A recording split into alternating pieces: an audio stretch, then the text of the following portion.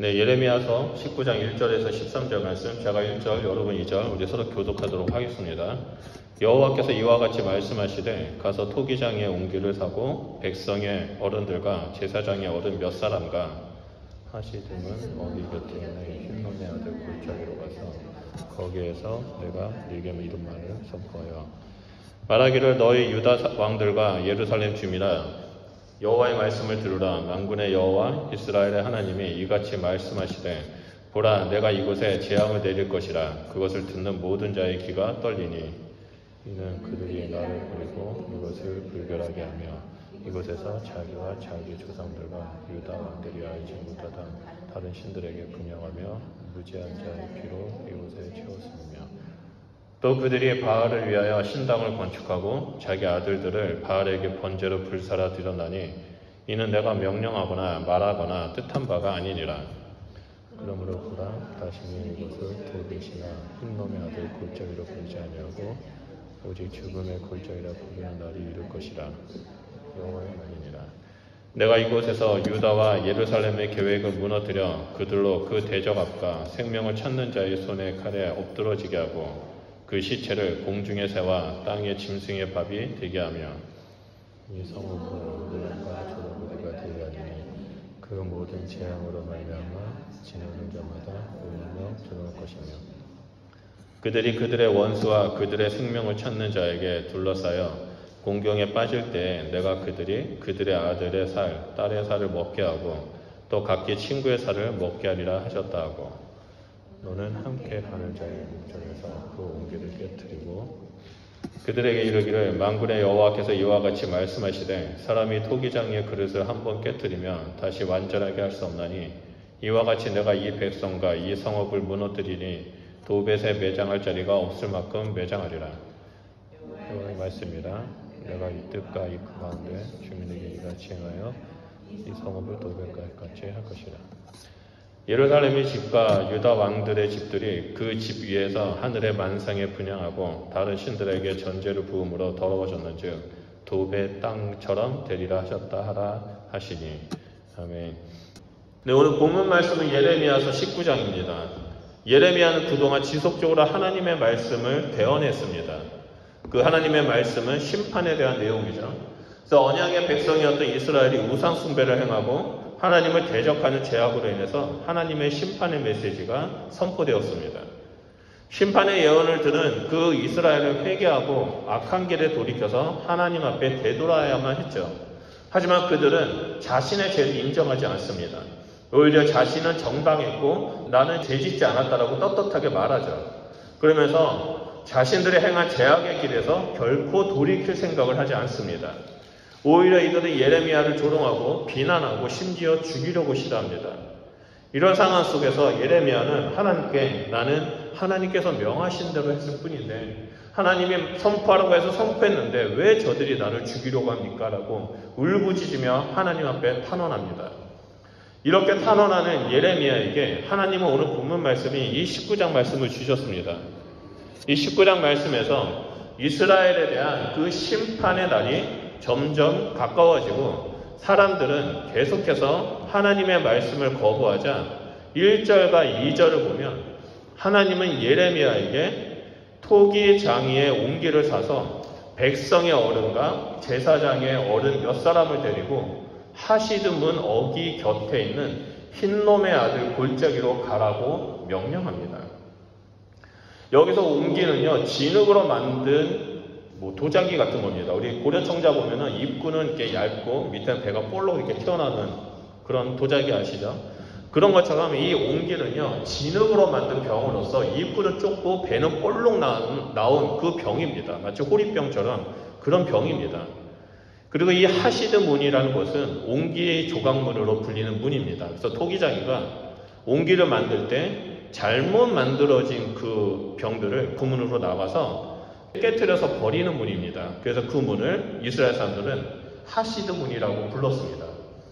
그런데 이 하시드 문은 예루살렘 성 남쪽에 위치했는데요. 그 문 바로 옆에 우리가 잘 알고 있는 흰놈의 골짜기라는 게 있습니다. 하나님은 이곳에 이스라엘의 지도자, 이스라엘의 어른들, 그 다음에 종교 지도자들, 그 장로들을 데리고 가서 내가 너에게 이르는 말을 선포하라고 말합니다. 그렇다면 왜 하나님이 굳이 이들에게 흰놈의 골짜기로 데리고 와서 그 옹기병을 깨트리고 심판의 메시지를 선포하라고 했을까요? 이것을 알기 위해서 우리가 좀 흰놈의 골짜기에 대해서 알아야만 합니다. 흰놈의 골짜기를 간단하게 설명한다면 주전 7세기부터 흰놈의 골짜기는 쓰레기를 태우는 장소로 이용되었습니다. 이곳은 쓰레기뿐만 아니라 죽은 짐승과 사형 집행을 받은 범죄자들의 시체를 태우는 장소였습니다. 그러다 보니까 온갖 짐승과 범죄자들 시체들을 태우는 곳이다 보니까 병균이 들끓게 되죠. 그래서 당시에는 소독약이 없다 보니까 이 소독을 위한 목적으로 24시간 365일을 영원히 꺼지지 않는 불로 계속 태우고 있었습니다. 이 불이 꺼지는 순간 병균이 예루살렘 성에 들어가서 전염병이 나타나기 때문에 이 불이 꺼지지 않도록 계속해서 불로 태우고 있었습니다. 게다가 유대인들은 이곳에 신당을 세웠습니다. 그리고 가장 사악한 형태의 우상 숭배를 했죠. 사랑하는 자기 자녀들을 산채로 불에 태워서 우상에게 바쳤습니다. 이 자녀들을 산채로 불에 태워질 때 이 살아있는 아이들이 불 속에 들어가면 어떻습니까? 아주 끔찍한 비명소리가 들리게 되겠죠. 그러니까 이 우상 숭배자들은 이 비명소리가 너무 듣기 싫으니까 그곳에 큰 북을 가져다 놓고 북을 막 쳤습니다. 비명소리가 들리지 않도록 큰 북소리를 막 나타내가지고 아이의 소리를 듣지 않고 자기가 섬기는 그 우상들에게 예배를 드리는 거죠. 그렇기 때문에 이 흰놈의 골짜기를 가리켜서 북이라는 큰 북이라는 의미를 가진 도벳이라는 단어가 나오고 이 도벳이라는 지명으로 부르게 됩니다. 그래서 오늘 본문 말씀에 도벳이 나옵니다. 그것이 바로 흰놈의 골짜기고 북이라는 의미를 가지고 있습니다. 하나님은 이러한 죽음의 골짜기에 예레미야를 통해서 장로를 데리고 가십니다. 그리고 예레미야에게 옹기병을 땅에 던져서 깨트리라고 말하면서 하나님의 메시지를 전달해 주십니다. 비록 너무나 완악하고 강팍해진 이스라엘 백성이었지만 이들은 그 옹기가 깨진 것을 보면서 그 하나님께서 이스라엘을 심판하고자 하는 그 마음 알도록 노력해야만 했습니다. 왜냐하면 상황은 너무나 급박하였고 옹기처럼 깨지고 박살날 그 대상은 바로 이스라엘 백성 자기 자신들이었기 때문입니다. 하지만 그들은요 그렇게 하지 않았습니다. 하나님의 마음을 전혀 깨닫지 못했습니다. 그 결과 남은 것은 심판뿐이었습니다. 우리는 이 옹기가 깨지는 본문 말씀을 통해서 하나님 아버지의 마음을 알아야만 합니다. 왜냐하면 우리가 살고 있는 이 세상은 너무나 악하고 주님이 곧 오실 마지막 때의 급박한 시기를 우리는 살고 있기 때문입니다. 그렇다면 이 깨어진 옹기에 담겨진 하나님의 마음은 어떤 것이 있을까요? 그 첫 번째로는 죄에 대한 혐오와 진노입니다. 사도가 5절 말씀을 보도록 하겠습니다. 이는 그들이 나를 버리고 이곳을 불결하게 하며 이곳에서 자기와 자기 조상들과 유다 왕들이 알지 못하던 다른 신들에게 분향하며 무죄한 자의 피로 이곳에 채웠음이며 그들이 바알을 위하여 신당을 건축하고 자기 아들들을 바알에게 번제로 불사라 드렸나니 이는 내가 명령하거나 말하거나 뜻한 바가 아니니라 라고 나옵니다. 말씀을 보면 흰놈의 아들 골짜기와 예루살렘의 재앙이 닥치는 이유에 대해서 말씀하십니다. 다시 말해서 그들이 저지른 죄의 목록들이 쫙 나옵니다. 하나님께서 혐오하는 그 죄의 목록을 보면 그 첫째가 그들이 나를 버렸다라고 말합니다. 하나님께서 이스라엘을 창조하셨고 이스라엘을 양육하시면서 먹이셨고 돌보셨음에도 불구하고 이 이스라엘은 그런 하나님이 너무 귀찮다라고 그런 하나님이 나를 못 잰다고 나를 못 살게 둔다고 생각하면서 그 하나님을 버렸다는 겁니다. 그리고 두 번째로는 불결하다라는 거죠. 이 불결하다라는 것은 히브리어로 나카르인데요. 그 불결하다의 히브리어 원어들은 낯설게 하다라는 겁니다. 낯설다라는 뜻이죠. 여러분 예루살렘 성은 어떤 성입니까? 하나님의 도성입니다. 하나님의 임재가 있는 곳이고 하나님의 임재하시는 성전이 있고 하나님이 다스리시는 거룩한 성입니다. 하지만 이곳에 거룩한 하나님의 것이 아니라 이방의 것들, 즉 낯선 것들이 채워지고 있습니다. 이 낯선 것이 채워지는 것은 이곳에서 자기와 자기 조상들과 유다 왕들이 알지 못하던 다른 신들에게 분향하는 모습을 모습에서도 찾을 수 있습니다. 하나님의 거룩한 도성에 이스라엘은 여호와의 것을 버리고 그 자리에 이방신으로 채우고 있습니다. 마지막으로 여호와께서 혐오하는 죄로 이곳에 무지한 자의 피로 채우고 있다라고 말합니다. 이 구절을 통해서 그 시대에 예루살렘에는 죄 없는 사람을 해치고 사회에 고발하고 있다는 것을 보여줍니다. 이것은 이스라엘이 하나님 앞에 종교적인 죄만 저지른 것뿐만 아니라 윤리적인 죄를 저지르고 있다는 것을 보여줍니다. 지금 이 사람들은 자신의 이익을 위해 자신의 잘못을 감추기 위해 다른 사람들에게 피해를 주고 고통을 주는 일들을 서슴지 않게 행하고 있습니다.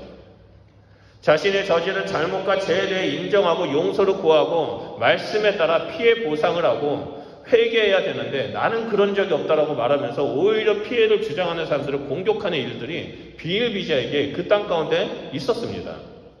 이러한 죄악들에 대해 하나님께서 혐오하고 진노한다라고 말씀하십니다. 왜 그렇습니까? 하나님은 거룩하신 분이시기 때문이죠. 하나님은 의로우신 분이시기 때문입니다. 하나님은 결코 죄를 용납하지 않습니다. 죄 자체를 극도로 혐오하고 계십니다. 왜냐하면 죄라는 것은 거룩하신 하나님 존재 자체를 거부하고 있는 것이기 때문입니다. 그래서 성경 전체를 보면 하나님 백성들에게 죄에 대해서 끊임없이 경고합니다. 내가 거룩하니 너희도 거룩하라라고 말합니다. 나는 너희를 너무나 사랑하기 때문에 내가 너희와 함께 동행하고 너의 삶을, 너의 인생을 내가 책임져 주겠다. 그런데 너희가 죄를 지면 나와 함께 할 수 없어 라고 말씀하시면서 너희는 나처럼 거룩해야 됩니다. 그래야지 나와 동행할 수 있다라고 말씀하십니다. 오늘 본문 말씀 속에 예레미야가 옹기를 던져 깨뜨리는 행위는 율법과 선지자들의 거듭된 경고와 죄를 범한 조상들의 심판의 역사를 보았음에도 불구하고 그들이 여전히 깨닫지 못하니까 하나님께서 눈으로 보여주시고 그 흰놈의 골짜기에서 울려 퍼지는 붓소리와 아이들의 비명소리를 들려주시면서 너희가 회개하지 아니하며 이 흰놈의 골짜기와 예루살렘 성은 심판을 받게 될 거야 라고 보여주는 내용인 것입니다. 그리고 죄에 대한 하나님의 혐오와 진노를 가장 잘 보여주는 사건이 있죠. 그것이 바로 예수 그리스도께서 십자가를 지고 죽으신 사건입니다. 하나님께서는 죄악된 인간을 구원하시기 위해서 독생자 예수 그리스도를 십자가 위에 죽게 하시기까지 죄를 미워하셨습니다. 그렇기 때문에 그리스도 예수 안에서 십자가의 보혈로 죄사함을 받지 않은 자들, 이 죄 문제를 해결하지 않고 자기 원하는 대로 살고자 하는 사람들은 하나님께서 주시는 그 심판에 벗어날 수가 없습니다. 우리는 예수 그리스도로 말미암아 거룩한 하나님의 백성이 되었습니다. 성령님께서 우리 안에 충만하게 임하심으로 말미암아 우리의 몸은 거룩한 성전이 되었습니다. 그럼 우리가 깨어있어서 경계해야 할 것은 이스라엘 백성들이 행했던 그 죄악을 멀리하는 것입니다. 내 안에 아직도 하나님을 버리고 세상의 것들을 따르고자 하는 마음이 있는가? 나는 성령님이 거하시는 거룩한 성전인데, 내 몸은 거룩한 성전인데 내 안에 불결한 것들, 세상의 가치관들, 세상의 유혹들, 나의 탐욕들을 가지고 채우고 있지는 아니한가? 나는 나의 이웃을 사랑으로 섬겨야 되는데, 내 몸과 같이 사랑해야 되는데 나는 내 이익을 위해서 피해를 주고 고통을 주고 있지는 않은가에 대해서 우리는 살펴봐야 합니다. 그래서 내 안에 숨겨진 그 어떠한 죄라도 발견된다면 하나님 앞에, 그 예수 그리스도의 십자가 앞에 들고 나아가서 회개하는 자가 되어야 한다는 것입니다. 여러분, 하나님은 죄를 미워하시는 분입니다. 미워하는 것에 끝나지 아니하고 극도로 혐오하시는 분이십니다. 그 하나님의 마음을 좀 묵상하면서 우리가 이 땅 가운데서 나는 거룩한 가운데 서야 되겠다라는 그런 백성이 되시길 주님의 이름으로 축복합니다. 두 번째로, 이 깨어진 옹기에 담긴 하나님의 마음은 죄를 범한 백성들에 대한 준엄한 심판, 엄격한 심판을 행하겠다는 그 의지를 보여줍니다. 11절 말씀을 보면 그들에게 이르기를 만군의 여호와께서 이와 같이 말씀하시되 사람이 토기장의 그릇을 한 번 깨뜨리면 다시 완전하게 할 수 없나니 이와 같이 내가 이 백성과 이 성읍을 무너뜨리니 도벳에 매장할 자리가 없을 만큼 매장하리라 라고 말합니다. 당시에 이스라엘 백성은 하나님의 심판이 선언되고 예루살렘은 멸망하여 성전이 파괴될 것이라는 메시지를 들었음에도 불구하고 그들은 믿지 않았습니다. 왜냐하면 그들에게는 하나님께서 임재하시는 성전이 예루살렘 성 안에 있는 한 이방인들에게 점령당할 일은 없다라고 여겼기 때문입니다.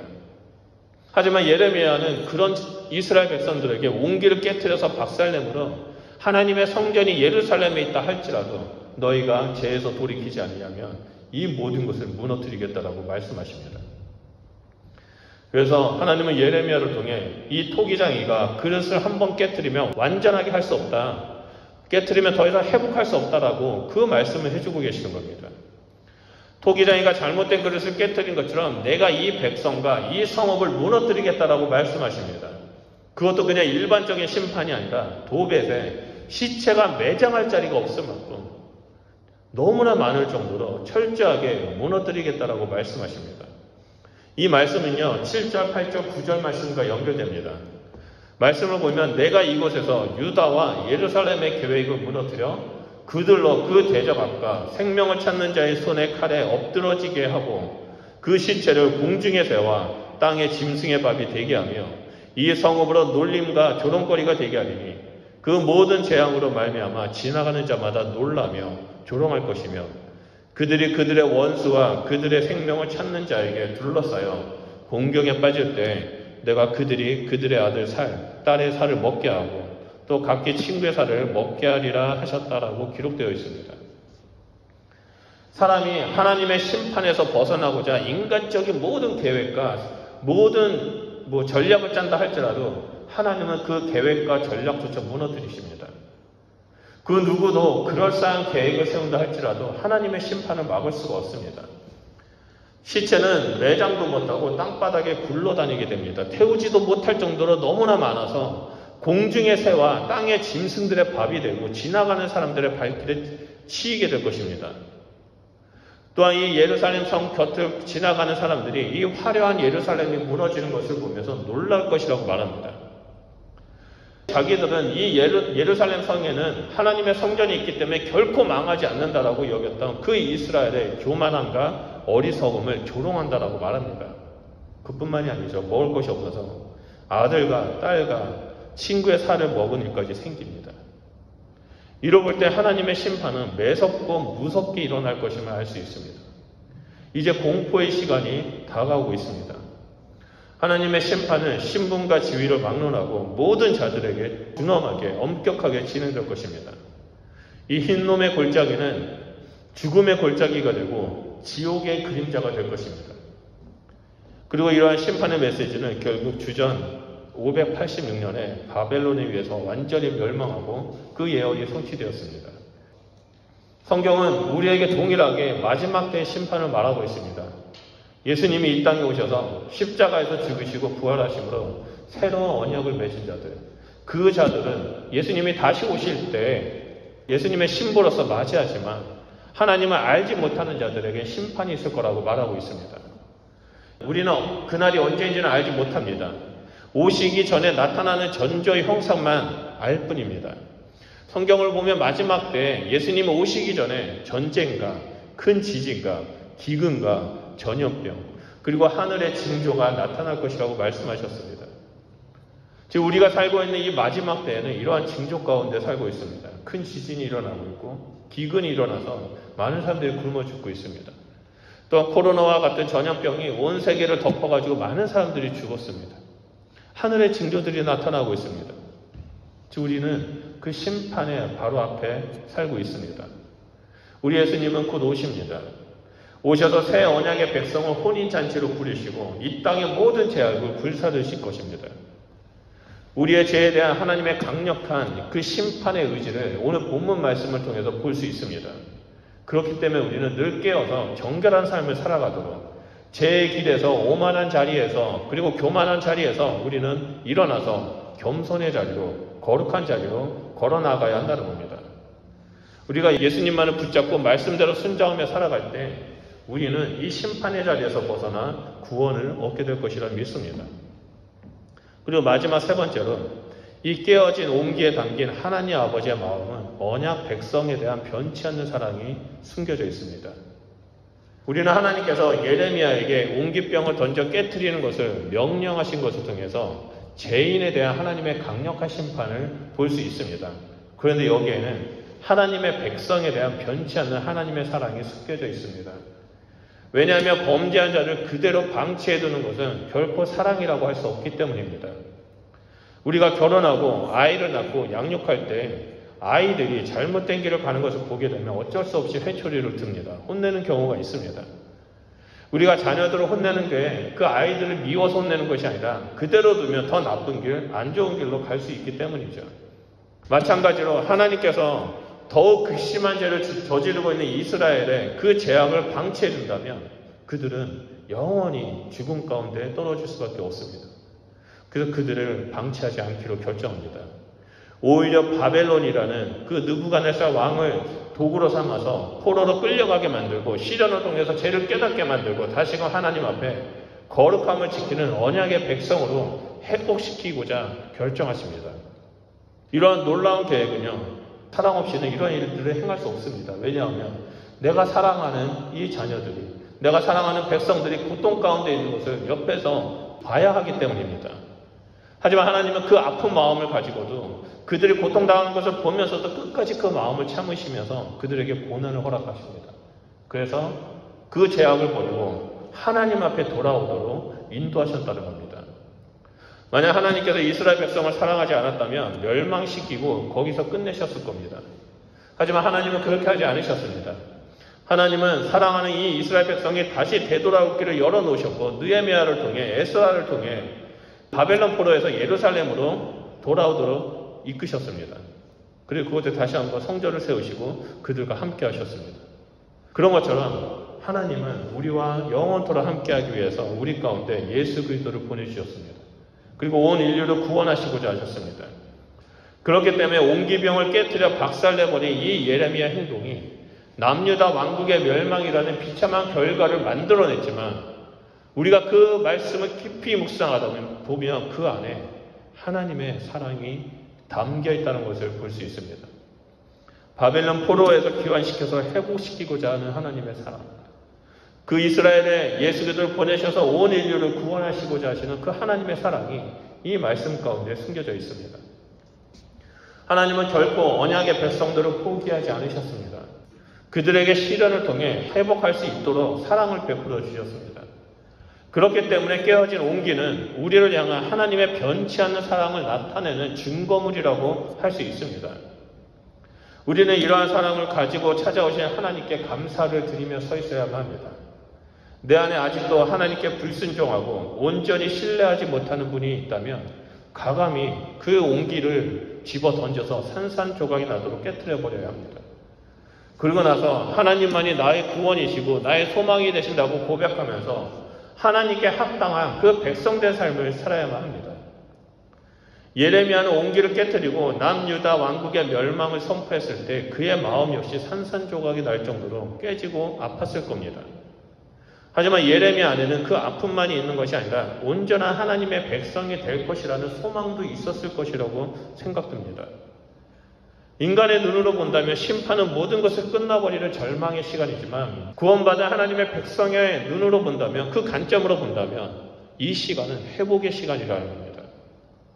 우리가 하나님 앞에 나아가 나의 욕심과 불결한 것들 모든 것을 회개하고 깨뜨린다면 하나님은 우리를 예수 그리스도의 보혈로 정결케 하시고 새로운 피조물로 회복시켜 주실 것입니다.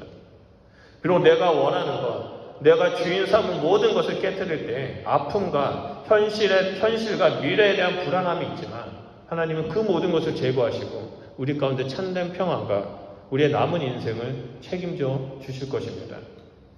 오늘 함께 예배드리는 우리 성도님들은 날마다 그리스도 앞에 나아가서 우리 안에 있는 옹기를 깨뜨리는 자가 되길 소원합니다.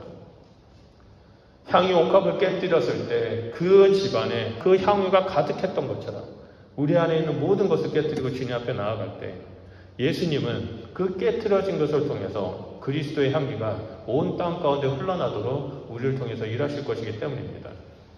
우리 좀 말씀을 기억하면서 기도했으면 좋겠습니다. 내 안에 그 옹기는 무엇인가? 내가 하나님의 뜻대로 살려고 하지 아니하고 내 뜻대로 살려고 하는 것들은 무엇이 있는가? 내가 하나님의 소망이라고 여기지 아니하고 내가 붙잡고 살아가는 것은 무엇인가? 하나님은 끊임없이 우리에게 복음을 알려주고 나는 살아있는 하나님이라고, 내가 너를 사랑하고 내가 너를 구원했고 내가 너와 함께하기 원한다라고 말씀하시는데 우리는 과연 무엇을 붙잡고 있길래 그 하나님 앞에 응답하지 못하고 있는가? 또는 내가 이 땅에서 하나님만을 붙잡고 나아가는데 가끔씩 쓰러지는 그 연약한 부분이 있다면 그것은 또 무엇이지? 우리 시간에 그 모든 것들을, 그 하나님 아닌 다른 것들을 붙잡고자 하는 그 모든 것들을 주님 앞에 올려드리면서 기도하면서 나아가겠습니다. 우리 주여 삼창하며 기도하도록 하겠습니다.